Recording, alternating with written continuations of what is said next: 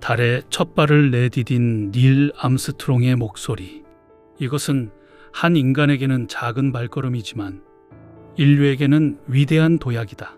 전 세계인들의 심장을 뛰게 했던 이 전설적인 교신을 지구로 전송한 통신 장비. 1973년 인류 역사상 최초로 선 없는 전화기, 즉 휴대전화를 발명한 창조주. 한때 이 회사의 로고가 박힌 폴더폰을 뒷주머니에 꽂는 것은 부와 성공의 상징이었습니다. 스타벅스 커피는 몰라도 이 회사의 전화기는 알아야 했던 시절.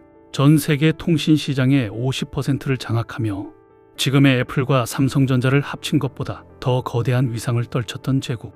하지만 헬로모토라는 그 경쾌한 기계음은 이제 역사 속의 비명이 되어버렸습니다.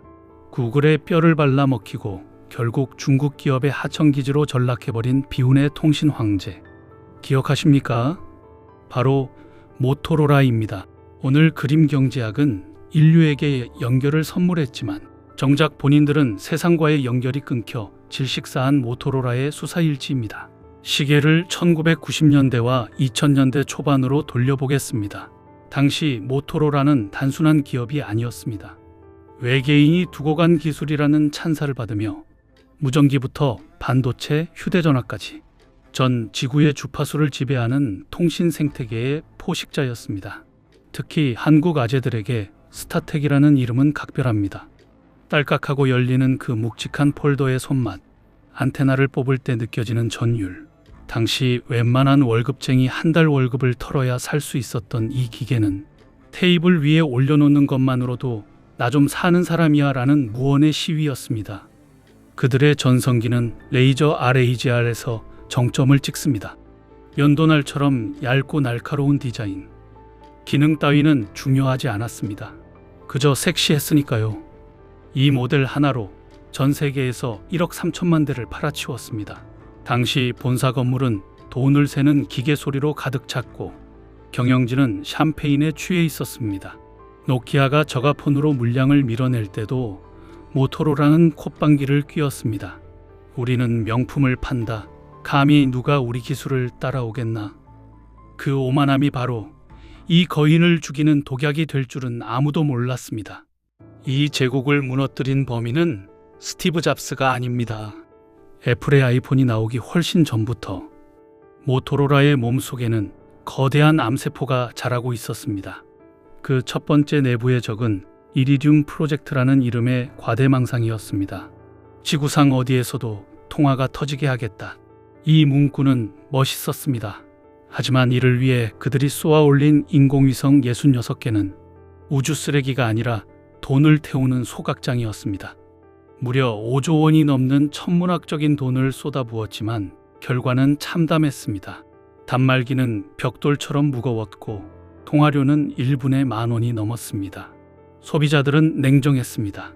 사막 한가운데서 전화할 일이 평생 몇 번이나 있겠어. 이리듐의 파산은 모토로라의 자금줄을 끊어놓은 결정적인 자충수였습니다. 하지만 진짜 살인범은 따로 있었습니다. 바로 뼛속까지 박혀있던 엔지니어 중심의 하드웨어 만능주의였습니다. 모토로라의 경영진에게 휴대전화는 그저 잘 터지는 무전기의 진화형일 뿐이었습니다. 그들은 소프트웨어를 경멸했습니다. 휴대전화는 통화만 잘 되면 그만이지 무슨 컴퓨터 기능을 넣어. 2007년 스티브 잡스가 아이폰을 들고 나와 세상의 판도를 보는 전화기로 바꿨을 때 모토로라의 CEO 에드 젠더는 코웃음을 쳤습니다. 누가 터치스크린으로 문자를 보내겠어. 불편해서 못 써. 이 한마디는 비즈니스 역사상 가장 멍청한 발언 중 하나로 기록됩니다. 애플과 삼성이 운영체제 OS 전쟁을 벌이며 밤을 새울 때 모토로라는 여전히 레이저폰의 색깔만 분홍색, 금색으로 바꾸는 색깔 놀이에만 몰두했습니다. 그들이 자랑하던 초슬림 디자인은 스마트폰 시대에는 배터리도 못 넣는 족쇄가 되었습니다.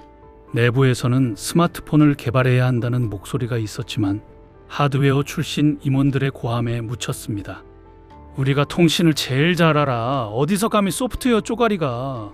살릴 수 있었던 골든타임은 그렇게 꼰대들의 호통 속에 허무하게 날아갔습니다. 몰락은 자유낙하처럼 빨랐습니다. 스마트폰 시장 점유율은 순식간에 한 자릿수로 곤두박질 쳤습니다. 적자는 눈덩이처럼 불어났고 결국 2011년 모토로라는 회사를 두 조각 내어 매물로 내놓습니다. 이때 등장한 구글은 모토로라를 구원할 백기사처럼 보였습니다. 하지만 구글에게 모토로라는 파트너가 아니라 특허만 빼먹고 버릴 생선뼈에 불과했습니다. 구글은 모토로라가 가진 17,000개의 특허만 챙긴 뒤 껍데기만 남은 제조사업부를 중국의 레노버에게 단돈 3조 원에 넘겨버립니다. 구글이 인수했을 때의 가격이 14조 원이었으니 그야말로 처참한 헐값 매각이었습니다.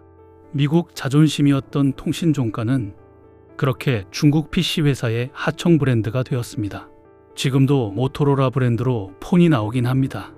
하지만 그건 과거의 영광스러운 모토로라가 아닙니다.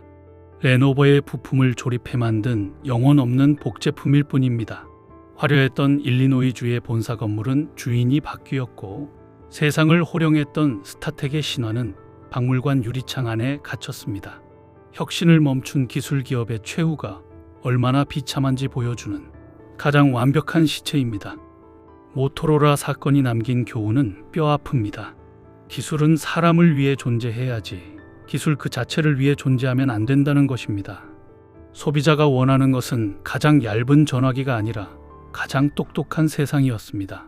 과거의 성공 방식에 취해 세상이 변하는 소리를 노이즈로 취급하는 순간 그 기업의 수명은 거기서 끝납니다.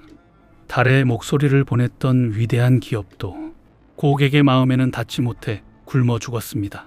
가장 먼저 연결했지만 가장 먼저 끊어졌습니다. 성공의 방식은 제각각이지만 실패의 냄새는 언제나 비슷합니다. 지금까지 그림 경제학이었습니다. 더 적나라한 비즈니스 비화가 궁금하다면 구독 버튼을 눌러주세요.